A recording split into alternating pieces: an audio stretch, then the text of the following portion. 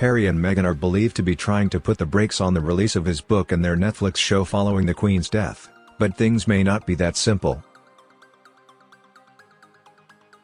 Prince Harry has been warned he faces an uphill task to prevent the contents of his new memoir from going public if, as seems likely, it has already been printed. Jonathan Sacerdote was speaking after Katie Nicholl, Vanity Fair's royal correspondent, suggested the Duke of Sussex was pushing for major changes to the book after the death of his grandmother Queen Elizabeth II. She further claimed copies had probably already been printed, predicting publisher Penguin Random House would have to pulp them at enormous cost. Journalist Mr. Sacerdote, whose television credits include the BBC, Fox News and Sky News, told Express. Co.uk, I haven't heard anything about the books being pulped. There are times when publishers have to do that, for example if they lose a legal case because of something printed in a book.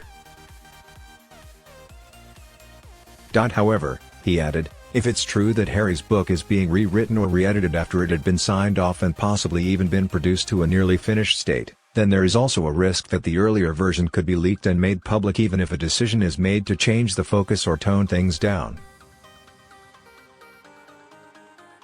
That's always going to be a risk that will maybe make some people afraid. The further down the line it was, the more people will have seen it, and the more digital copies of it there will be in circulation. Mr. Sacerdote stressed, it's virtually impossible for something to be truly withdrawn these days once it has been seen and sent around even just internally at the publisher. So even if it's edited and changed before it's published, the original text will always be a possible threat. Harry, who relocated to the United States with wife Meghan Markle at the start of 2020 after both stepped down as senior royals, was paid a rumored advance of £14 million for the memoir, and is widely believed to be working with ghostwriter Junior Moringa. In a statement issued last year, he said, "I'm writing this not as the prince I was born but as the man I have become. I've worn many hats over the years, both literally and figuratively, and my hope is that in telling my story, the highs and lows, the mistakes, the lessons learned, I can help show that no matter where we come from, we have more in common than we think." He added, "I'm deeply grateful for the opportunity to share what I've learned over the course of my life so far and excited for people to read a first-hand account of my life that's accurate and wholly truthful." However, the Queen's death on September 8, which saw both Harry and Meghan temporarily reunited with other senior royals, including Father King Charles III, had prompted a rethink, Ms. Nicholl, who has recently published her own book, New Royals, suggested in an interview with True Royalty TV's Royal Beat.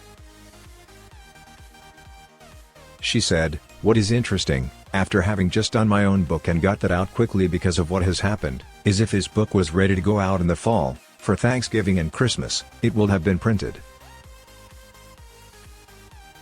So are they pulping those editions? If so, that will be phenomenally expensive. But I don't think Harry can risk being seen to be insensitive to his grandmother's memory. So my understanding is that yes, changes are being made. Meghan, 41, and Harry, 37, are also understood to seeking edits to their eagerly awaited Netflix documentary series in order to make it more sympathetic to the royal family." Speaking to celebrity gossip website Page 6, one insider said a lot of conversations were taking place. They added, "I hear that Harry and Meghan want the series to be held until next year, they want a stall. I wonder if the show could even be dead in the water at this point. Do Harry and Meghan just want to shelve this thing?"